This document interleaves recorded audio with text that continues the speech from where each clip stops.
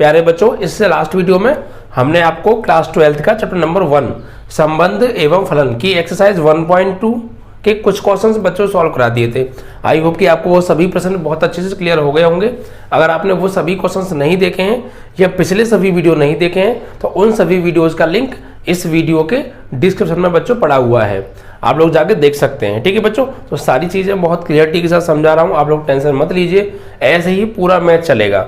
ये चैप्टर तो अपने आप में थोड़ा सा हार्ड माना जाता है, लेकिन इसको भी मैं उस लेवल से करा रहा हूँ कि आप लोग सारी चीज़ें आपको क्लियर हो रही होंगी। जो जो बातें मैंने आपको शुरुआत में बताई हैं और बेसिक कॉन्सेप्ट में बताई हैं, अगर वो बातें आपको पता है तो फिर आपको कोई भी प्रश्न कैसे भी परेशान नहीं कर रहा होगा। ऐसे ही पूरी बुक समाप्त हो जाएंगी बच्चों दोनों, ठीक है, और आराम से आपका मैथ कवर हो जाएगा। टाइम से पहले सिलेबस कराएंगे, सारी चीज़ें बहुत बेहतरीन कराने वाले हैं। ठीक है, तो लगातार जुड़े रहिए। जितने भी आपके क्लास के स्टूडेंट्स हैं या आसपास रहते हैं, आपकी क्लास में हैं, उन्हें जोड़िए ज़्यादा से ज़्यादा। ठीक है बच्चों, चलिए तो बच्चों आज हम बात करेंगे आगे के प्रश्नों की। यानी हम अभी तक क्वेश्चन नंबर 2 तक कंप्लीट करा चुके हैं। ठीक है, और 2 के अंदर 5 क्वेश्चन थे, 5 क्वेश्चन हमने सॉल्व करा दिए थे लास्ट वीडियो में। आज आपका क्वेश्चन नंबर 3 चलेगा। ठीक है बच्चों, तो आइए क्वेश्चन नंबर 3 को पढ़ते हैं जरा, क्या दिया है इसके अंदर, और आप लोग स्क्रीन पर भी देख रहे होंगे क्वेश्चन नंबर 3 को। बच्चों इसमें कहा देखिए, सिद्ध कीजिए कि fx इज इक्वल टू, अब जो लिखा है सामने ये क्या है। ठीक है, आप लोग देख रहे होंगे fx बराबर में जो है उसे क्या कहते हैं, तो उसके बारे में अभी डिटेल से आपको समझाने वाला हूं। ठीक है, इसे बोलते हैं बच्चों महत्तम पूर्णांक फलन, ग्रेटेस्ट इंटीजर फंक्शन। ठीक है, तो fx is equal to greatest integer function हमें दे रखा है।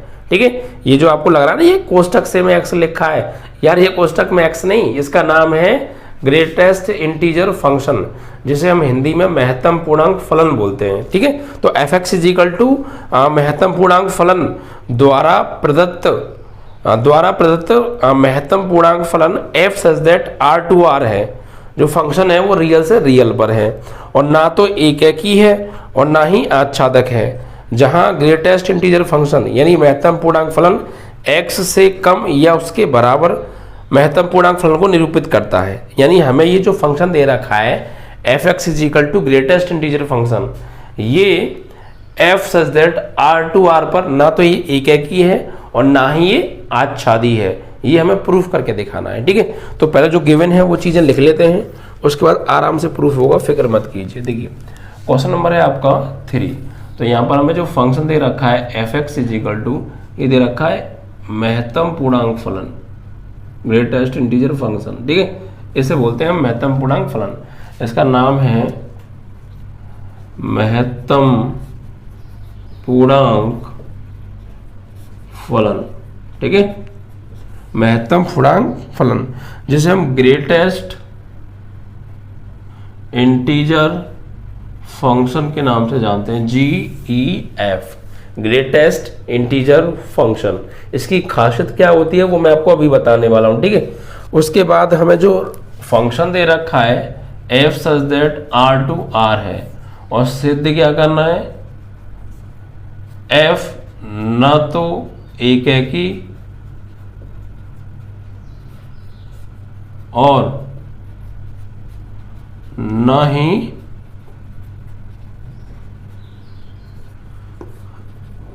आच्छादी है। ठीक है, ना तो एकैकी और ना ही आच्छादी है। देखिए कैसे प्रूफ करेंगे ये ना ही एकैकी और ना ही आच्छादी है, आइए समझते हैं। देखिए बच्चों, एकैकी कब नहीं होगा, एकैकी कब नहीं होगा, एकैकी होने के लिए शर्त क्या है, एकैकी होने के लिए शर्त होती है कि सेट ए का एक एलिमेंट सेट बी के एक ही एलिमेंट के साथ मैपिंग करना चाहिए, या आप x1 बराबर x2 ले आओ। 2 शर्तें हैं, तो आप दोनों में से कोई सी भी एक शर्त करके दिखा दीजिए, एकैकी माना जाएगा। ठीक है, या तो x1 बराबर x2 ले आइए तो एकैकी है, और या फिर आप एरो डायग्राम से करेंगे तो सेट ए का एक एलिमेंट सेट बी के एक ही एलिमेंट के साथ मैपिंग करना चाहिए, फिर सेट ए का दूसरा एलिमेंट सेट बी के किसी अन्य एलिमेंट के साथ मैपिंग करना चाहिए। इट मीन्स दैट कि सेट ए के प्रत्येक अवयव के लिए सेट बी में एक अलग स्पेशल इमेज होनी चाहिए। सेट ए का कोई एक एलिमेंट सेट बी के 2 एलिमेंटों के साथ नहीं मिलना चाहिए, या सेट बी के 2 या 2 से अधिक एलिमेंट सेट ए के एक एलिमेंट से नहीं मिलने चाहिए। अगर इन ये शर्तें नहीं होंगी तो फिर ये एकैकी होगा। ठीक है, क्लियर ना। चलिए तो देखिए अब मैं इसके बारे में आपको समझाता हूँ ये है क्या, इसकी खासियत क्या होती है। तो ये बात आप नोट कर लीजिएगा, शायद ही आपको आज ये नई बात मालूम पड़ रही होगी मैथ के अंदर। बच्चों महत्तम पूर्णांक फलन के नाम से जानते हैं हम इसे। किस नाम से जानते हैं? महत्तम पूर्णांक फलन। इसकी खासियत क्या होती है सर? तो आइए देखिए, इसकी खासियत ये होती है कि अगर इसके अंदर कोई भी वास्तविक संख्या रखी जाए तो ये उस वास्तविक संख्या को z में बदल के देता है, पूर्णांक में बदल के दे देता है। ठीक है, अगर हम इसके अंदर कोई भी वास्तविक संख्या रखेंगे तो ये उस संख्या को पूर्णांक बना के हमें देगा।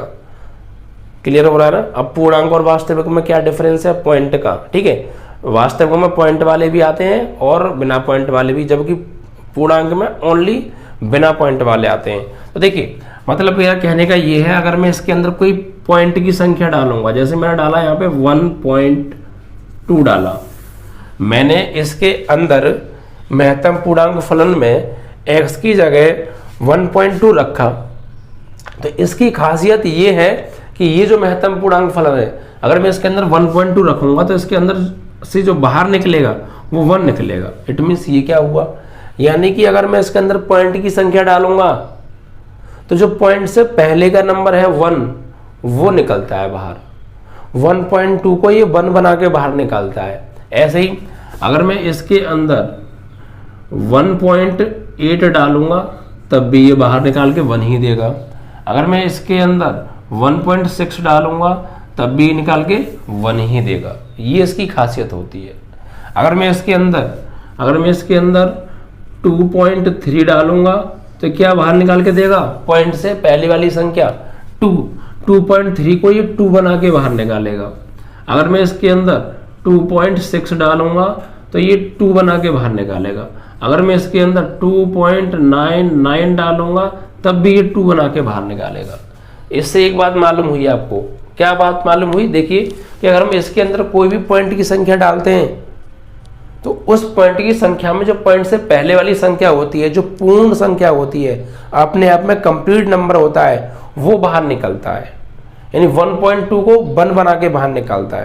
भाई पॉइंट से पहले वाली संख्या क्या है? अपने आप में पूर्ण है, और पॉइंट के बाद वाली जो संख्या है वो अपूर्ण है। यानी पॉइंट से पहले 1 है तो 1 तो पूर्ण है, और पॉइंट के बाद 0.2 है, ये अपूर्ण है।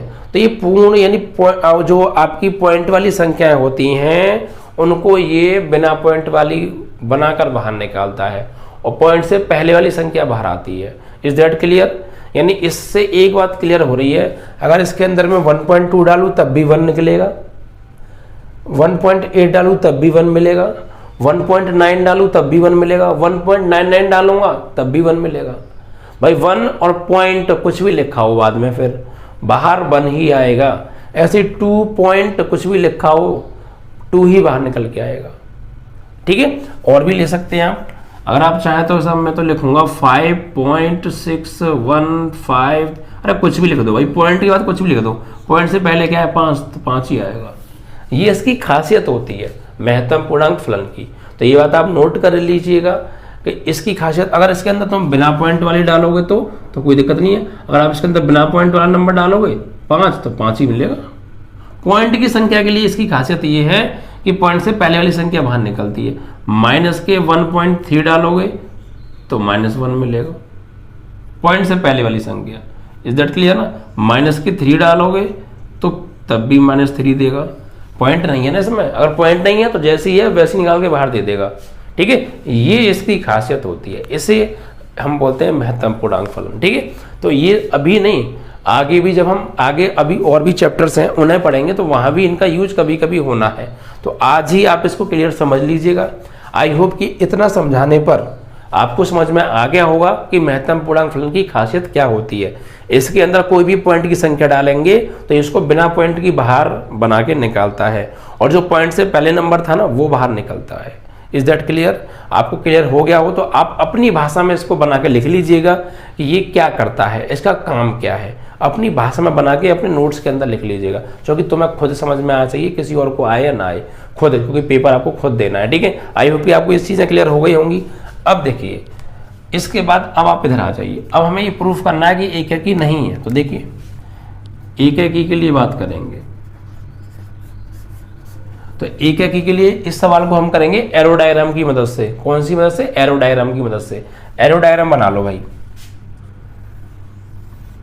ये सेट ए है, ये सेट बी है और ए से बी पर एफ कोई फंक्शन है। अब देखिए यहाँ अगर मैं x की जगह पर यहाँ पर मान लीजिए मैंने x की जगह पे यहाँ पे रखा 1.1, तो ये क्या बना के बाहर निकालेगा, ये क्या बना के बाहर निकालेगा, या फिर आप fx की जगह y मान लो, एक ही बात है यार, कुछ भी कर लो, y बराबर आप ऐसे लिख दो, ठीक है। अगर मैं यहाँ पर x की जगह पर, अगर मैं यहाँ पर x की जगह y मत मानो, चलो जो कि y मानेंगे तो फिर ऐसा है ना, वो उसमें मानेंगे माल शादी में। अगर हम यहाँ पे x की जगह पे मान लीजिए, x की जगह पर अगर मैं इसमें रखूँ क्या, x की जगह पे मैं रखूँगा 1.1, तो बाहर निकल के क्या आएगा, 1.1 का बाहर निकल के क्या आएगा, 1 आएगा। तो 1.1 1 के साथ मैपिंग करेगा, कोई दिक्कत है भाई। इस महत्तम पूर्णांक फलन में अगर मैं 1.1 रखूँगा x की जगह, तो बाहर क्या निकलेगा, 1 निकलेगा, क्योंकि इसकी खासियत क्या है कि पॉइंट से पहले वाली संख्या को बाहर निकल के देता है। तो 1.1 1 के साथ मैपिंग कर गया। अगर मैं इसकी जगह 1.9 रखूंगा तो तब भी 1 देगा बाहर निकाल के, तो 1 तो पहले से ही है, मतलब ये भी इसी के साथ मैपिंग करेगा। क्या आपको एक ही लग रहा है ये? अगर मैं इसके अंदर 1.1 रखता हूं तब भी 1, 1.9 रखता हूं तब भी 1, 1.5 रखूंगा तब भी 1, 1.6 रखूंगा तब भी 1, कोई भी रियल नंबर रखूं पॉइंट में 1 और 2 के बीच में कोई भी रियल नंबर रखूं, उसके लिए मुझे सेट ए के प्रत्येक 1 से लेकर 2 के बीच में कोई भी पॉइंट वाली वास्तविक संख्या में इसके अंदर रखूं, तो ये सेट बी में उसके लिए सिर्फ एक ही इमेज मिल रही है 1 और 2 के बीच में जितनी भी पॉइंट की संख्याएं हैं, जितनी भी वैसे अनंत संख्याएं होती हैं, 1 और 2 के बीच में अनंत संख्याएं होती हैं पॉइंट वाली, जितनी भी मैं 1 और 2 के बीच की पॉइंट वाली संख्या यहाँ रखूंगा, उन सब के लिए सेट बी में सिर्फ मुझे एक ही इमेज मिल रही है, वो है 1। 1.1 तब भी 1 मिलेगा, क्योंकि 1.1 इसके अंदर लगाऊंगा मैं, x की 1.1 रखूंगा तो बाहर ही 1 निकाल के देगा, 1.9 रखूंगा x की जगह तो बाहर ही 1 निकाल के देगा, 1.6 रखूंगा तब भी 1 निकाल के देगा, 1.8 रखूंगा तब भी 1 निकाल के देगा। ऐसे ही 2.1 रखूंगा तब 2 निकाल के देगा, 2.3 रखूंगा या 2.99 रखूंगा तब भी ये 2 निकाल के देगा, तो 2 तो लिखा ही है पहले से, तो ये भी इसी के साथ मैपिंग करेगा। तो आपको ये क्या की लग रहा है क्या, एरो डायग्राम की मदद से एक की होता क्या है कि सेट ए का एक एलिमेंट सेट बी का सिर्फ एक ही एलिमेंट के साथ मैपिंग करना चाहिए, दूसरा एलिमेंट किसी अन्य दूसरे के साथ मैपिंग करना चाहिए, लेकिन तो अन्य किसी दूसरे के साथ मैपिंग क्या कर रहा है, ये तो उसी पुराने वाले के साथ कर रहा है। तो ये एक ही कहाँ हो गया, ये हो गया बहु एक की, मैनी वन फंक्शन। ये 1 फंक्शन नहीं है, ये मैनी वन फंक्शन है। मैंने आपको बताया था जब बेसिक कॉन्सेप्ट कराया था 1.2 का, मैंने आपको फंक्शन बताए थे वहाँ पर 1 फंक्शन, मैनी वन फंक्शन, और जो है बहु एक की, मतलब बहु की बोलते हैं हिंदी में मैनी वन को, on to function, into function, इन सब के बारे में विद एग्जाम्पल मैंने बताया था। बहु एक की फलन क्या होता है, जब सेट ए के कई एलिमेंट सेट बी का सिर्फ एक ही एलिमेंट के साथ मैपिंग कर रहे हैं, तो वो बहु एक की है, क्योंकि बहुत सारे एलिमेंट एक से ही मैपिंग कर रहे हैं, इसलिए इसको हम बहु एक की बोलते थे। तो एक की नहीं, बहु एक की है, बट हमें ये प्रूफ करना था ये एक की नहीं है, तो एक की तो है ही नहीं, बहु एक की है, एक की का है, ठीक है। तो यहाँ पर लिखेंगे सेट ए के 2 या 2 से अधिक एलिमेंट के लिए सेट बी में सिर्फ एक ही इमेज है, सेट बी के 2 या 2 से अधिक अवयवों के लिए सेट बी में सिर्फ एक ही प्रतिबिंब है, अतः ये एक की नहीं है। एक की होने की शर्त होती है कि सेट ए के एक अवयव के लिए सेट बी में एक ही इमेज होनी चाहिए, दूसरे एलिमेंट के लिए सेट बी में दूसरी इमेज होनी चाहिए। एक ही 2 एलिमेंटों की, सेट ए के 2 एलिमेंटों की सेट बी में एक इमेज नहीं हो सकती है। अगर सेट बी के 2 एलिमेंटों की सेट ए में एक ही इमेज है तो वो एक की नहीं, बहु एक की होता है, तो एक की तो नहीं होगा। यहाँ पर लिख देंगे, थोड़ा सा ऐसे डायग्राम बना देना, एरो डायग्राम, 1-2 एलिमेंट मिला के दिखा देना, ठीक है। तो लिखेंगे अतः समुच्चय ए के 2 या 2 से अधिक अवयवों के लिए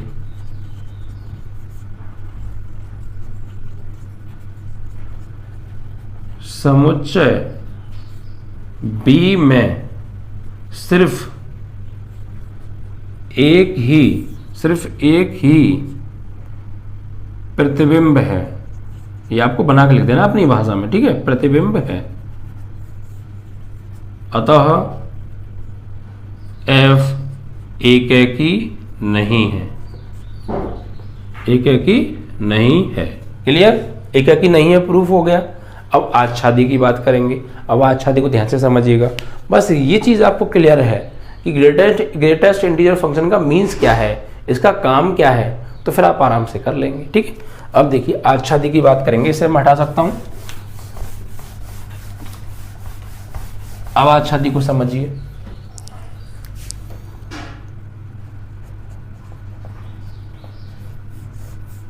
अब आच्छादी के लिए क्या करेंगे, इसको भी हम एरो डायग्राम से करेंगे। एफ एक्स बराबर क्या मान लेंगे, वाई। आच्छादी निकालने के लिए यही करते हैं। तो एफ एक्स की आप वाई मान लीजिए, वाई बराबर क्या हो जाएगा, ग्रेटेस्ट इंटीजर फंक्शन, ठीक है। या हम ये भी कह सकते हैं greatest integer function is equal to y, ठीक है। इस तरीके से हमने ये रख लिया। अब आप मुझे यहाँ पर देखिए एरो डायग्राम अगर मैं बनाऊँ, एरो डायग्राम बनाऊंगा मैं इस तरीके से, ये सेट ए के लिए, ये सेट बी के लिए, ये ए सेट है, ये बी सेट है, और ए से बी पर कोई एफ फंक्शन है। अब मुझे ये बताइए फंक्शन क्या है, फंक्शन क्या है, रियल टू रियल है, यानी एक्स से है कोई वास्तविक संख्या रखो तो वाई की जगह भी वास्तविक संख्या ही मिलनी चाहिए, या आप वाई की जगह कोई वास्तविक संख्या रखो तो एक्स की जगह भी वास्तविक संख्या मिलनी चाहिए। यही तो कंडीशन है, इसकी जगह भी वास्तविक संख्याएं चाहिए और है। और बात करें आच्छादी की, तो आच्छादी की शर्त क्या होती है कि सेट बी का एक भी एलिमेंट खाली नहीं छूटना चाहिए, उसके लिए सेट ए में कोई ना कोई प्री इमेज जरूर होनी चाहिए। सेट बी के प्रत्येक अवयव के लिए सेट ए में कोई ना कोई पूर्व प्रतिबिंब जरूर होना चाहिए।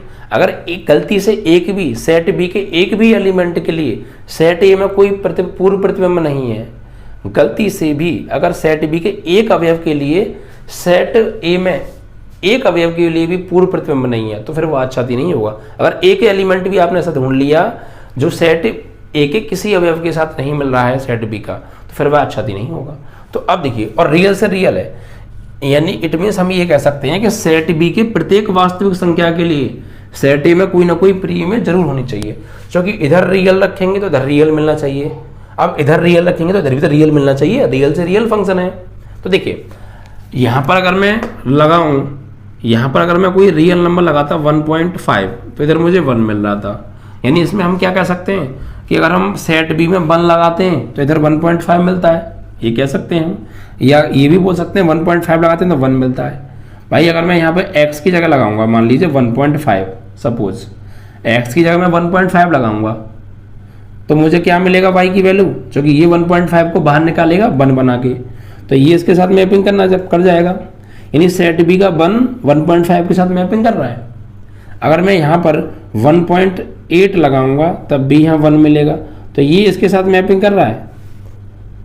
लेकिन क्या मुझे ये बताइए यार, ये मैंने 1 लगा लिया यहाँ पे, क्या मैं इधर कोई ऐसा एलिमेंट लगा सकता हूँ x की जगह पर कि उसके लिए मुझे इधर 2 मिल जाए? तो सर बिल्कुल लगा सकते हो, क्या कि 2.1 लगा दो तब भी 2 मिल जाएगा, अब 2.3 लगाओ तब भी 2 मिल जाएगा, 2.9 लगाओ तब भी 2 मिल जाएगा। ठीक है सर, तो 1 लगाया, उस 1 के लिए प्री इमेज है, 2 के लिए प्री इमेज है, इधर मैं कोई भी रियल नंबर ले सकता हूँ और इधर भी कोई भी रियल नंबर ले सकता हूँ। जितने भी रियल नंबर इधर लगाऊंगा, इधर के सभी रियल नंबर के लिए इधर कोई ना कोई प्री इमेज होनी चाहिए। तो अभी तक इधर सारी संख्या कैसी आ रही है, पूर्णांक आ रही हैं। अगर मैंने गलती से यहाँ पे 1.5 लिख लिया, तो अब मुझे ये बताइए क्या मैं x की जगह कोई ऐसा नंबर लगा सकता हूँ जिसके लिए मुझे इधर 1.5 मिल जाए? भैया इधर तो 1.5 कभी जिंदगी में नहीं मिल सकता है आपको। क्यों? क्योंकि ग्रेटेस्ट इंटीजर की खासियत ये होती है कि पॉइंट में संख्या आपको देगा ही नहीं, पॉइंट वाली को पूर्णांक बना के देगा। भाई हमने x की जगह 1.5 लगाया, 1 मिला, 1.5 1 से मैपिंग करा दिया, 1.8 लगाया तब भी 1 ही मिलेगा, क्योंकि ग्रेटेस्ट इंटीजर फंक्शन की खासियत ये होती है। तो 1.8 1 से मैपिंग करा दिया, 2.1 लगाया 2 मिलेगा, 2.1 2 से मैपिंग करा दिया। तो ऐसे ही अगर मैं x की जगह कोई ऐसा नंबर है दुनिया में जिसको मैं x की जगह लगा दूं, इधर मुझे 1.1 मिल जाए, कोई नहीं है। आप इधर कुछ भी लगाओ, इधर आपको 1.1 नहीं मिल सकता। इसका मतलब तो फिर ये तो 1.1 खाली रह जाएगा। 1.1 के लिए सेट भी ए में कोई प्री इमेज होगी नहीं। भाई इधर कोई ऐसा नंबर है x की जगह जैसे मैं लगा दूं और इधर मुझे 1.1 मिल जाए, इधर तो 1.1 मिल ही नहीं सकता, क्योंकि ग्रेटेस्ट इंटीजर फंक्शन की खासियत ये होती है कि x की जगह आप कोई भी नंबर लगाओ, इधर वो पॉइंट में संख्या नहीं देता कभी भी। x की जगह आप कोई भी नंबर लगाओ, कोई भी रियल नंबर लगाओ, कोई भी रियल नंबर, इसकी खासियत ये होती है कि ये पॉइंट में संख्या देगा ही नहीं, तो पॉइंट में इधर कोई आ ही नहीं सकती है, तो पॉइंट वाली इधर की संख्या, यानी सेट बी में जितनी भी पॉइंट के नंबर आएंगे, जितने भी पूर्णांक वो आएंगे आपके रियल नंबर आएंगे पॉइंट वाले, वो तो सब खाली छूटेंगे, तो उनके लिए तो सेट ए में कोई प्री इमेज होगी नहीं, और जब सेट बी का एक भी एलिमेंट खाली छूट जाता है तो वो आच्छादी नहीं होता है। तो यहाँ तो पॉइंट वाली बहुत संख्या खाली छूटेंगी। इधर मैं कोई भी पॉइंट की संख्या लूँगा, कोई भी पॉइंट की संख्या लूँ, उसके लिए सेट ए में कोई प्री इमेज होगी नहीं, कोई पूर्व प्रतिबिंब भी नहीं होगा, क्योंकि ऐसी कोई नंबर ही नहीं बना आज तक कि ग्रेटेस्ट इंटीजर फंक्शन में रखा जाए और इधर हमें पॉइंट वाली संख्या मिले। ठीक है, तो मतलब, और देखिए रियल से रियल है तो ये भी रियल है, इस रियल के लिए प्री इमेज है, इस रियल के लिए प्री इमेज है, ये भी तो 1.1 एक रियल नंबर होता है, इसके लिए सेट बी ए में कोई प्री इमेज क्यों नहीं है? अगर एक के लिए भी नहीं है तो फिर ये आच्छादी नहीं है। ऐसे ही मैं पॉइंट की अगर यहाँ 1.9 लगाऊंगा उसके लिए भी कोई प्री इमेज नहीं होगी, 2.1 लगाऊंगा कोई प्री इमेज नहीं होगी, 9.1 लगाऊंगा कोई प्री इमेज नहीं होगी। ऐसा कोई नंबर ही नहीं बना आज तक कि ग्रेटेस्ट इंटीजर फंक्शन में एक्स लगा के हमें जो उसका रिजल्ट मिले वो पॉइंटों में मिले, क्योंकि ग्रेटेस्ट इंटीजर फंक्शन की खासियत ये होती है कि पॉइंट में नंबर देता ही नहीं है। तो मतलब सेट बी में जितने भी पॉइंट वाले नंबर आएंगे वो सब खाली छूट जाएंगे, और हम तो किसी एक ही एलिमेंट को ढूंढ रहे थे कि गलती से हमें एक एलिमेंट ऐसा मिल जाए जिसके लिए सेट ए में कोई प्री इमेज हो ही ना, बट यहाँ तो बहुत सारे एलिमेंट ऐसे हैं जिसके लिए सेट ए में कोई प्री इमेज नहीं है। यहाँ आप जितने भी पॉइंट के नंबर लोगे उनके लिए कुछ भी प्री इमेज नहीं होगी सेट ए में, तो ये आच्छादी नहीं होगा। क्लियर? तो आपको लिख के दिखाना है क्या कि y इज इक्वल टू ऋणात्मक y is equal to -1.1 belongs to r। हमने फॉर ऑल हमने y बराबर 1.1 लिया उसके लिए, और ये एक रियल नंबर है और उसके लिए सेट ए में क्या कोई प्री इमेज नहीं है, और फॉर ऑल लगा दो, ऐसे ही बहुत सारे अवयवों के लिए नहीं होगी। ठीक है, तो 1.1 बिलोंग्स टू r के लिए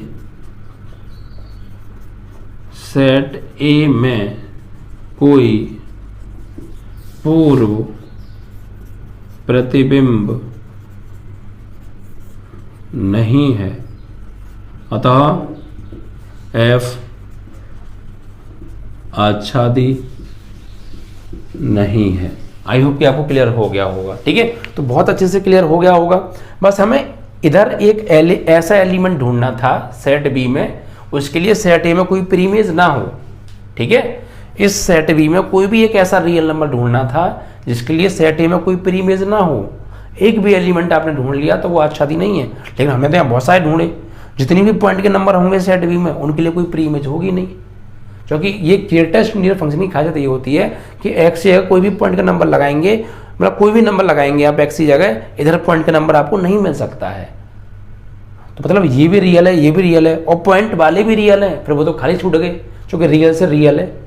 इधर के प्रत्येक रियल के लिए इधर भी रियल मिलना चाहिए, तो इधर बिना पॉइंट वाले रियल के लिए तो प्री इमेज है, बट पॉइंट वाले रियल के लिए प्री इमेज नहीं है, तो फिर तो खाली छूटेंगे बहुत सारे एलिमेंट सेट बी के, और सेट बी का एक भी एलिमेंट खाली छूट जाए तो वो आच्छादी नहीं होता है, तो ये आच्छादी भी नहीं है। तो चीज़ों को देखिए यहाँ पे समझना था। इस क्वेश्चन में अगर आप समझेंगे नहीं तो फिर आपको समस्या आएगी। जो मैंने आपको समझाने की कोशिश की है उस पर फोकस करें तो आई होप कि आपको क्लियर हो गया होगा। तो आपको एक आज नई बात मालूम पड़ी, ग्रेटेस्ट इंटीजर फंक्शन की खासियत क्या होती है। ठीक है, तो इस तरीके से आपका ये क्वेश्चन कंप्लीट हो गया। बस हमें फोकस ये करना है यार, एक की के लिए सेट ए का एक एलिमेंट सेट बी के एक ही एलिमेंट के साथ मैप में करना चाहिए, दूसरे के साथ नहीं करेगा गलती से भी। ये x1 बराबर x2 ले आओ, एक ये बस दो शर्तों को देखना है बस। आच्छादी में सेट बी के प्रत्येक अवयव के लिए सेट ए में कोई ना कोई प्री इमेज जरूर होनी चाहिए यार। सेट बी का एक भी एलिमेंट ऐसा ना हो जो किसी के साथ मिल ही नहीं रहा है सेट ए के किसी के साथ। सेट बी का कोई भी एलिमेंट, एक भी एलिमेंट ऐसा ना हो जो सेट ए के किसी एलिमेंट के साथ नहीं मिल रहा है। एक भी एलिमेंट नहीं मिल रहा है तो वो आच्छादी नहीं होगा। बस इन दो चीज़ों पर फोकस करना, पूरी एक्सरसाइज खत्म होती जाएगी। ठीक है, चलिए आगे आते हैं बच्चों और अगले क्वेश्चन को उठा लेते हैं। अगला जो क्वेश्चन है इसमें फोर्थ, देखिए इसमें क्या दे रखा है, ध्यान से समझिएगा। सिद्ध कीजिए कि f(x) इज इक्वल टू मापांक x। मापांक x है ये, इसके बारे में भी बताऊंगा इसकी खासियत क्या होती है। वैसे आपने इसके बारे में तो 11th में भी पढ़ा होगा, लेकिन मैं यहाँ बताऊंगा। सिद्ध कीजिए कि f(x) = मापांक x, ठीक है। ये मापांक x है, ऊपर वाला देखो ग्रेटेस्ट इंटीजर फंक्शन है, अंतर है दोनों में।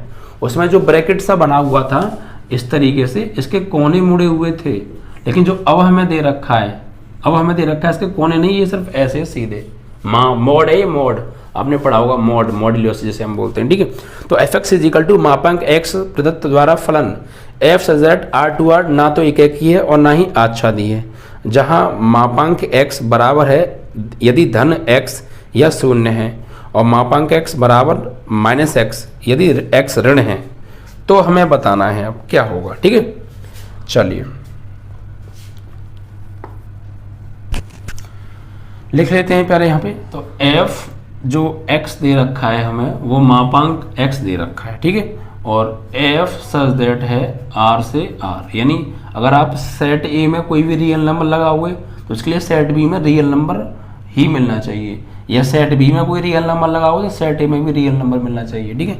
ये इसकी शर्त है। और हमें ये प्रूफ करना है, सिद्ध करना है। क्या सिद्ध करना है? न तो एकेकी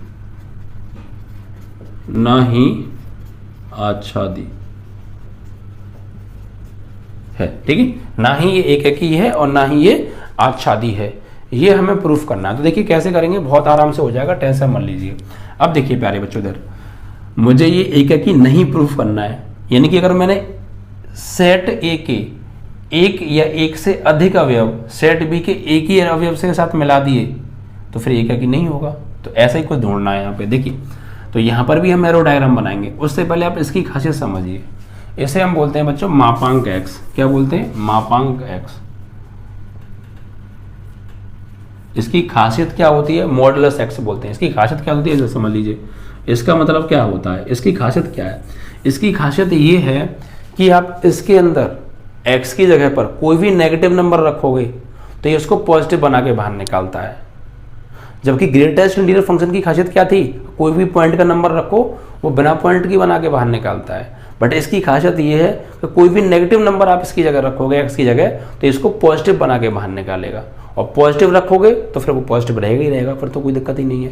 जैसे अगर मैंने इसके अंदर रखा -5 तो बाहर निकलेगा +5।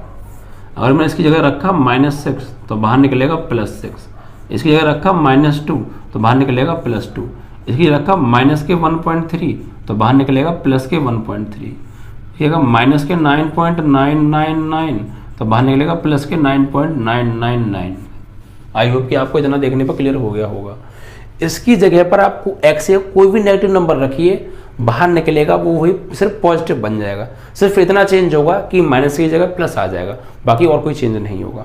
सर कहेंगे अगर हम प्लस ही रखें तो प्लस रखोगे तो प्लस ही आएगा। जैसे +5 रखेंगे तो +5 ही मिलेगा, +6 रखोगे तो +6 ही मिलेगा, +9 रखोगे तो +9 ही मिलेगा। ये इसकी खासियत है। +2 रखोगे तो +2 ही मिलेगा। आई होप कि आपको क्लियर हो गया होगा कि इसका मतलब क्या होता है। इसको आप अपनी भाषा में बना के लिख भी सकते हैं, और आपको पहले से पता हो तो बहुत अच्छी बात है, ठीक। तो मॉड का मतलब सिर्फ इतना ही होता है। ये डंडे से खिंचे हुए दो, इन्हें हम मॉड बोलते हैं, और अंदर x लिखा है तो इसलिए इसे मॉड x बोलते हैं। इसकी खासियत सिर्फ इतनी है, कोई भी आप इसकी जगह नेगेटिव नंबर रखो x की जगह, इसको पॉजिटिव बना के बाहर निकलता है। Is that clear? आ जाइए। अब देखिए इसको एकेकी प्रूफ नहीं करना है तो एरो डायग्राम बनाइए आप एकेकी के लिए। ये आपका सेट ए के लिए, सेट बी के लिए, ए से बी पर कोई f फंक्शन है। अब देखिए आप, रियल से रियल है, इट मीन्स दैट कि सेट ए में कोई भी मैं रियल नंबर रख सकता हूं, उसके लिए मुझे सेट बी में भी रियल ही मिलना चाहिए, और हर एलिमेंट के लिए एक अलग इमेज मिलनी चाहिए। देखते हैं क्या ऐसा कुछ पॉसिबल है।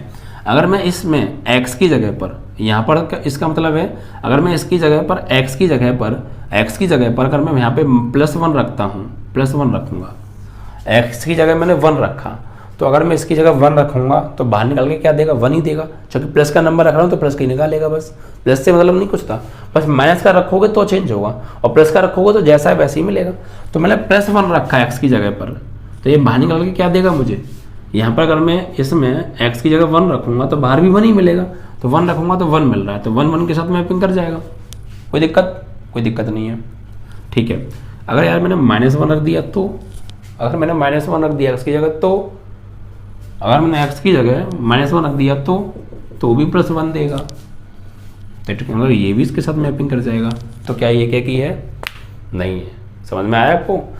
यानी कि यहाँ पर सेट बी के दो अवयव सेट ए के सिर्फ एक ही अवयव के साथ मैपिंग कर रहे हैं। सेट ए के दो अवयव सेट बी के एक ही अवयव के साथ मैपिंग कर रहे हैं। तो एक की नहीं, बहु एक ही हो गया, क्योंकि कई एलिमेंट सेट बी के एक से अधिक एलिमेंट, सेट ए के एक से अधिक एलिमेंट सेट बी के एक ही अवयव के साथ मिलते हैं तो वो बहु एक ही होता है, ना कि एक ही होता है। देखिए अगर मैं इसमें 1 रखूंगा एक्स की जगह +1 तब भी +1 ही मिलेगा, -1 रखूंगा एक्स की जगह तब भी +1 मिलेगा। इट मीन्स 1 भी +1 के साथ मैपिंग करेगा और -1 भी +1 के साथ मैपिंग करेगा। तो सेट बी के दो अवयव, सेट ए के दो अवयव सेट बी के एक ही अवयव के साथ मैपिंग कर रहे हैं, तो एक ही तो नहीं होगा ना। क्लियर? ठीक है, यही तो शर्त होती थी एक के लिए कि सेट बी का एक एलिमेंट सेट ए का एक एलिमेंट सेट बी के एक ही अवयव के साथ मैपिंग करना चाहिए। बट या तो सेट ए के दो अवयव सेट बी के एक अवयव के साथ मैपिंग कर रहे हैं तो एक ही नहीं होगा। क्लियर? तो यहाँ पे लिखेंगे ऐसे। देखिए आप अगर यहाँ पर 2 रखोगे +2 रखोगे तो +2 मिलेगा, -2 रख दिया तो तब भी +2 रखेगा, क्योंकि इसकी खासियत ये है कि माइनस के नंबर रखेंगे तो प्लस का बना के दे देता है बस। -2 के लिए +2 मिलेगा। तो यानी कि सेट बी के दो अवयव सेट ए के, यार मैं बार बार बी बोलता हूँ, सेट ए के दो अवयव सेट बी के एक ही अवयव के साथ मैपिंग कर रहे हैं। तो ये क्या की तो नहीं आप दिख गया होगा आपको, क्योंकि एक की शर्त ये होती है कि सेट बी का एक अवयव एक के साथ ही मैपिंग करेगा, दूसरा अवयव किसी दूसरे के साथ मैपिंग करेगा। अगर नहीं कर रहा है तो एक की नहीं है। तो यहाँ लिखेंगे एक्स समुच्चय ए के दो अवयवों के लिए सेट बी में एक ही प्रतिबिंब है, इमेज है, प्रतिबिंब है, अतः एफ एक की नहीं है। क्लियर? आपको एक दो एलिमेंट ऐसे लिख के दिखाने हैं डायग्राम में पेपर के अंदर, और फिर ये लाइन लिख देनी है, जो कि हमने ऊपर भी दिखा दिया और फिर हमने हिंदी में भी लिख दिया। क्लियर हो गया? आई होप क्लियर हो भी गया होगा। ठीक है, तो ये एक की नहीं है। अब बात करेंगे आच्छादी के बारे में भाई। तो आच्छादी के लिए क्या करना पड़ेगा? आच्छादी के लिए हम fx बराबर y मानते हैं। ठीक है, तो यहाँ पर मान लीजिए y, तो फिर लिखेंगे आच्छादी के लिए। अब यहाँ आच्छादी की बात कर रहे हैं तो fx ये लगा दो y और बराबर मापांक x। अब देखिए एरोडायग्राम बनाइए आप। भाई हम क्वेश्चन को एरोडायग्राम की मदद से भी कर सकते हैं या विदाउट एरोडायग्राम की मदद से भी कर सकते हैं, दोनों कॉन्सेप्ट से कर सकते हैं, जिससे आपको सिंपल लगे उससे करिए। तो मुझे जिससे लग रहा है कि आपको आसानी से समझ में आएगा मैं उससे करा रहा हूँ आपको। ठीक है, ए बी एफ कोई फंक्शन है। अब देखिए भाई, अब यहाँ पर आप y की जगह आपको कोई भी रियल नंबर लगा सकते हैं, क्योंकि शर्त क्या है? रियल से रियल है। आपने x से रियल रखा, इधर आपको रियल मिला। अब आपको y की जगह भी कोई भी रियल नंबर आप रख सकते हैं, और उसके लिए सेट ए में आपको रियल ही मिलना चाहिए। ये बात ध्यान रखिएगा। ठीक है, तो देखिए अगर मैं यहाँ पर y की जगह अगर मान लो मैंने x ये लगाया -5, तो इधर मुझे मिलेगा क्या? +5। x ये लगाऊंगा -5 तो ये निकाल के क्या देगा? +5। इसके साथ मैपिंग करेगा।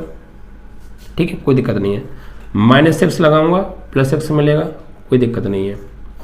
लेकिन क्या कोई ऐसा एलिमेंट में लगा सकता हूं जो है सेट ए में, जिसके लिए मुझे इधर भाई ये रियल है, मैंने y की जगह मान लीजिए 5 लिया तो इधर मुझे -5 मिलेगा। या फिर आप ऐसे ना समझ के ऐसे समझो, आप कहोगे सर यहाँ पे y की जगह कैसे लगा रहे हैं आप? मान y की जगह तो लगा रहे हैं तो फिर x की कैसे नंबर मिलेगा? तो हमें ये नहीं देखना है कि हम y की जगह लगाएं, जरूरी नहीं है हम y की जगह ही लगाएं, हम इसमें भी x की जगह ही लगाएं और इधर जो एलिमेंट मिले उससे मिला दो। बस आपको ऐसे ढूंढना है कि सेट बी में कोई एक एलिमेंट ऐसा मिल जाए जो रियल हो और उसके लिए सेट ए में कोई प्री इमेज ना हो, ऐसा आपको ढूंढना है। चाहे फिर वो आपको x की वैल्यू लगा के रखने पे मिले या y की वैल्यू लगा के रखने पे मिले, उसका मैटर नहीं रखता है कि आप सर y की जगह क्यों नहीं लगा रहे हैं, x की जगह क्यों लगा रहे हैं, उससे मतलब नहीं होता है। हमें सिर्फ ये देखना है क्या कोई ऐसा एलिमेंट है सेट बी में जो खाली छूट रहा है। मतलब ये नहीं है कि हम x की जगह क्यों लगा रहे हैं, यहाँ तो हमें y की जगह लगाना चाहिए, क्योंकि पीछे के सवाल हमने कई वहाँ y की वैल्यू लगाते थे और x की वैल्यू चेक करते थे क्या आ रही है। बट यहाँ पर हम एक दो सवाल में क्या कर रहे हैं कि x की वैल्यू लगा रहे हैं, एक एक में भी x के मान लगाते हैं और आच्छा दी में भी एक ही x के मान लगाते हैं और सेट बी के एलिमेंट देखते हैं, तो उससे मैटर नहीं लगता है। आप किसी की भी वैल्यू लगाइए, दोनों ही में x की वैल्यू लगा के चेक करो या y की, उससे फर्क नहीं पड़ता है। बस हमारा जो कॉन्सेप्ट क्या है, कॉन्सेप्ट ये है कि सेट बी में अगर ये देखना है कोई एलिमेंट खाली तो नहीं छूट रहा है। ठीक है, तो देखिए -5 लगा रहा हूँ +5 मिल रहा है, -6 लगा रहा हूँ +6 मिल रहा है कि यार कोई ऐसा एलिमेंट मैं इधर लगा सकता हूँ x की जगह कि उसके लिए मुझे इधर कोई पॉइंट में नंबर मिल जाए, जैसे 1.6 मिल जाए, सॉरी नेगेटिव नंबर मिल जाए, नेगेटिव नंबर। जैसे देखिए क्या मैं इधर x की जगह कोई ऐसा नंबर लगा सकता हूँ जिसके लिए मुझे इधर -2 मिल जाए सपोज, तो नहीं लगा सकता। आप इधर कोई भी नंबर लगाओगे x की जगह नेगेटिव, तो उसको पॉजिटिव बना के इधर भेजेगा वो, और पॉजिटिव लगाओगे तो पॉजिटिव बना के भेजेगी, फिर तो पॉजिटिव है ही वो। लेकिन कोई ऐसा अवयव नहीं है सेट ए में या कोई ऐसा संख्या नहीं है कि मैं x की जगह लगा दूं और मुझे y का मान नेगेटिव मिले, क्योंकि मैं कोई भी नेगेटिव नंबर लगाऊंगा इसके अंदर तो ये पॉजिटिव बना के बाहर निकालेगा। यानी कि अगर मैं जितने भी नेगेटिव नंबर इधर लगाऊंगा इधर सब पॉजिटिव आएंगे, और पॉजिटिव लगाऊंगा तो वो पॉजिटिव आएंगे ही आएंगे।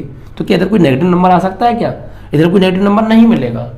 तो मतलब भाई इधर जितने भी नेगेटिव नंबर हैं भाई रियल में तो सब आते हैं, प्लस के नंबरों के लिए तो प्री इमेज है इधर, लेकिन माइनस के नंबरों के लिए कोई प्री इमेज नहीं है सेट ए में, क्योंकि प्लस के और माइनस के दोनों ही रियल होते हैं और वाई की जगह कोई भी रियल आ सकता है। तो अगर मैं वाई की जगह कोई यहाँ पर जितनी भी सेट बी में जितनी भी पॉजिटिव नंबर हैं, धनात्मक वास्तविक संख्या है, उसके लिए तो सेट ए में प्री इमेज है, लेकिन ऋणात्मक वास्तविक संख्याओं के लिए सेट ए में कोई प्री इमेज नहीं होगी।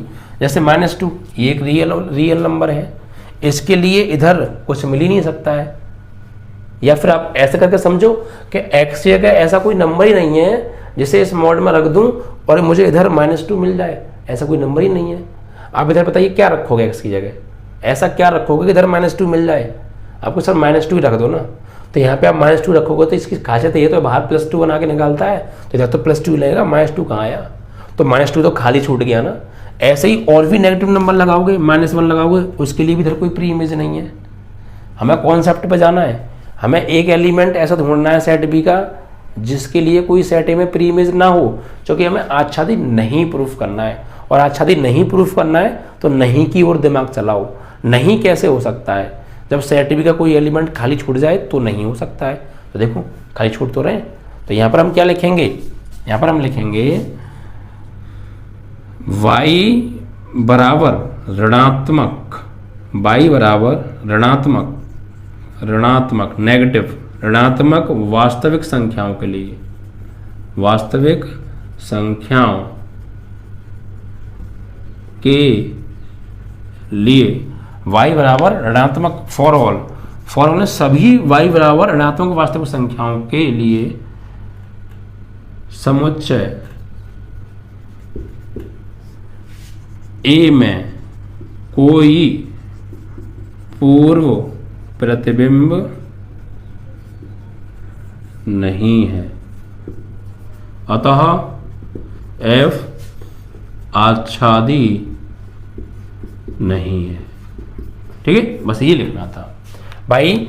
इधर हम कोई भी नंबर लगाएं उसको इधर पॉजिटिव बना के बाहर निकल रहा है, यानी सेट बी में जितने भी नंबर आएंगे सब प्लस के आएंगे, इसका मतलब माइनस के तो आएंगे नहीं, तो माइनस वाले तो खाली छूट जाएंगे। माइनस वालों के लिए इधर कोई प्री इमेज होगी नहीं, क्योंकि रियल से रियल है। सभी रियल के लिए सेट बी में हम जितने भी रियल नंबर लगाएंगे उनके लिए सेट ए में कोई ना कोई प्री इमेज होनी चाहिए, तो आच्छादी होता। लेकिन पॉजिटिव रियल नंबर के लिए तो है pre image, negative real number के लिए कोई प्री इमेज नहीं है। तो नेगेटिव रियल नंबर तो खाली छूट गए बहुत सारे, जितने भी नेगेटिव रियल नंबर हैं सब खाली छूट जाएंगे। जबकि शर्त ये होती है कि अगर एक भी एलिमेंट ऐसा है सेट बी का वो खाली छूट गया, एक भी एलिमेंट छूट गया तो आज शादी नहीं होगा। बट या तो बहुत सारे नेगेटिव नंबर खाली छूट रहे हैं तो वैसे भी आज शादी नहीं होगा। ठीक है, तो आपको ये लाइन लिख देनी है। इस तरीके से आपका ये क्वेश्चन नंबर आपका बच्चों 4 भी समाप्त। तो आई होप कि दोनों प्रश्न आपको समझ में आए होंगे। दोनों ही प्रश्न ऐसे थे कि आप समझेंगे, आप दिमाग लगाएंगे तभी होंगे। कोई ऐसे नहीं कि क्या क्वेश्चन कर देगा आंसर आ ही जाएगा, वो चीज़ें नहीं है इस चैप्टर के अंदर। इस चैप्टर के अंदर आपको चीज़ों को समझना है और मैं सिर्फ समझाने की ओर ही फोकस कर रहा हूँ। ठीक है, तो आपको सारी चीज़ें इतनी टिपिकल चीज़ें हैं ये, लेकिन उनको बहुत सिंपल वे में मैं आपके सामने रख रहा हूँ और आपको क्लियर हो भी रहा होगा। ठीक है, आपको क्लियर अगर हो रहा है तो मुझे कमेंट में हाँ जरूर रखिएगा। ठीक है बच्चों, जय हिंद जय भारत।